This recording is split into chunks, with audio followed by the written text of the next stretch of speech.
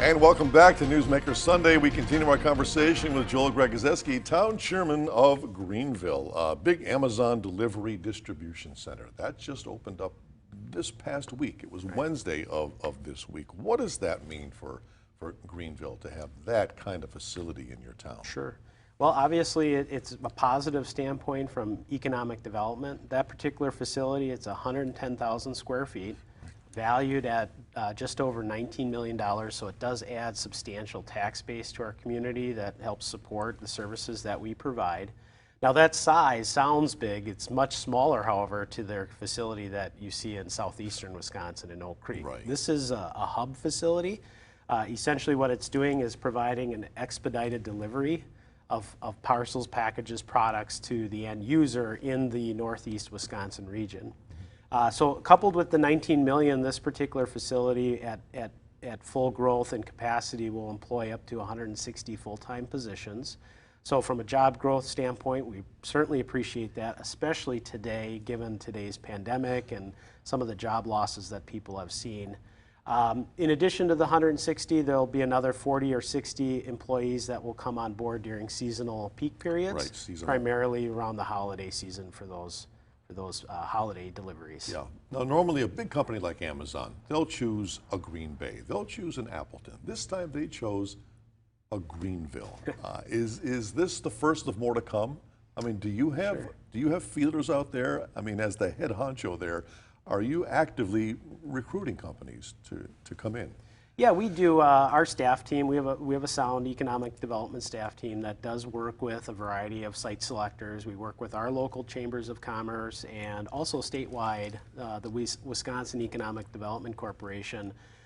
Everybody really kind of plays in the same sandbox in order to ensure that we have the proper site selected for entities and businesses and corporations that want to work not only in Wisconsin but also in the Fox Valley or northeastern Wisconsin. And so yes, we are actively going out and seeking those developments and ensuring that we package and deliver a sales pitch, if you will, as best as we can for Greenville. I think in this particular case with Amazon, there are a number of factors that were put into play. The size of the location obviously fit their needs. The location and proximity to the existing highway infrastructure, Interstate 41, State Highway 15, Appleton International Airport, one of the fastest growing airports in the entire country, certainly played a role in that, and so that was certainly helpful. With them coming in, as far as big name corporations, I can't necessarily say for certain that we're having additional ones, but it does certainly drive an interest in supply chain.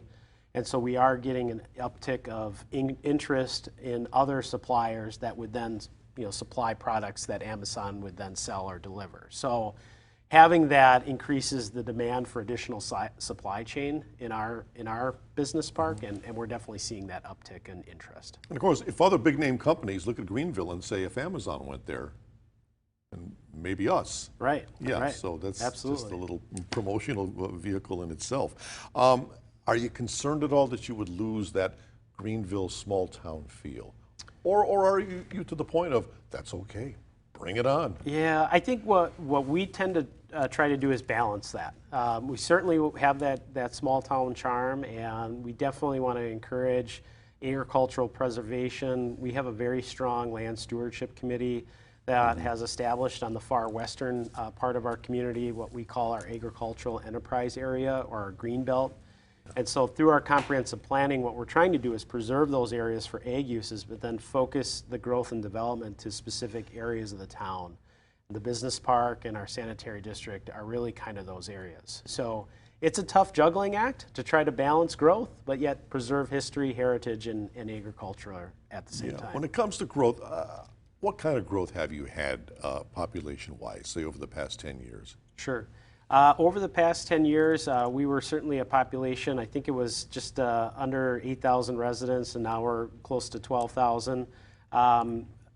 Going back kind of to that sports complex conversation, when back in 1982, I was told by a park commissioner that back in '82 there was a desire to build a swimming facility in Greenville. The population at that time was just under 3,500. Now, fast forward 35-ish years, and we're at a population of over 12,000. We're still having those same conversations. So significant growth, but still the same needs for services that are being desired today. Is what sets Greenville apart from others is that you are so close to places like Appleton and Green Bay, and yet you do have that rural country life? That's what we hear from our residents, Yep. is that there is that separation, but there is that proximity and that convenience to all those amenities that some of the larger metropolitan areas provide, certainly. If somebody out there is thinking, you know, Greenville sounds okay, I might want to move there, what would you say to a person like that? It's like, yeah, come check us out. Take a No, take a look really? at us. Yeah, absolutely. Not, obviously we're looking to potentially build some additional facilities and invest in our community. But beyond that investment that we're proposing today, there have been already great investments in our community. One of the things that attracted me to Greenville was the involvement and engagement by our residents and citizens. And so it's a very welcoming, warm community. We have very active civic groups, Greenville Lions, the Lionesses, there's a women's club, there's a civic club, there's a number of organizations that have contributed greatly over the years, the development and the sense of community that Greenville provides. Give me a little background on Joel Gregozeski. What was your path up to where you are right now? Sure. I have a kind of an unorthodox path to becoming an administrator for a municipality. I actually have an undergraduate degree in recreation management from UW-La Crosse. Okay. Graduated in 2000. Began my career working for municipal governments as a parks and recreation professional. In particular, locally here in the Green Bay area, I worked for the Village of Bellevue for a number of years as their parks director, and then eventually promoted into public services. At that time, I had a mentor that encouraged me to go back to school and get my graduate degree in public administration. Did that.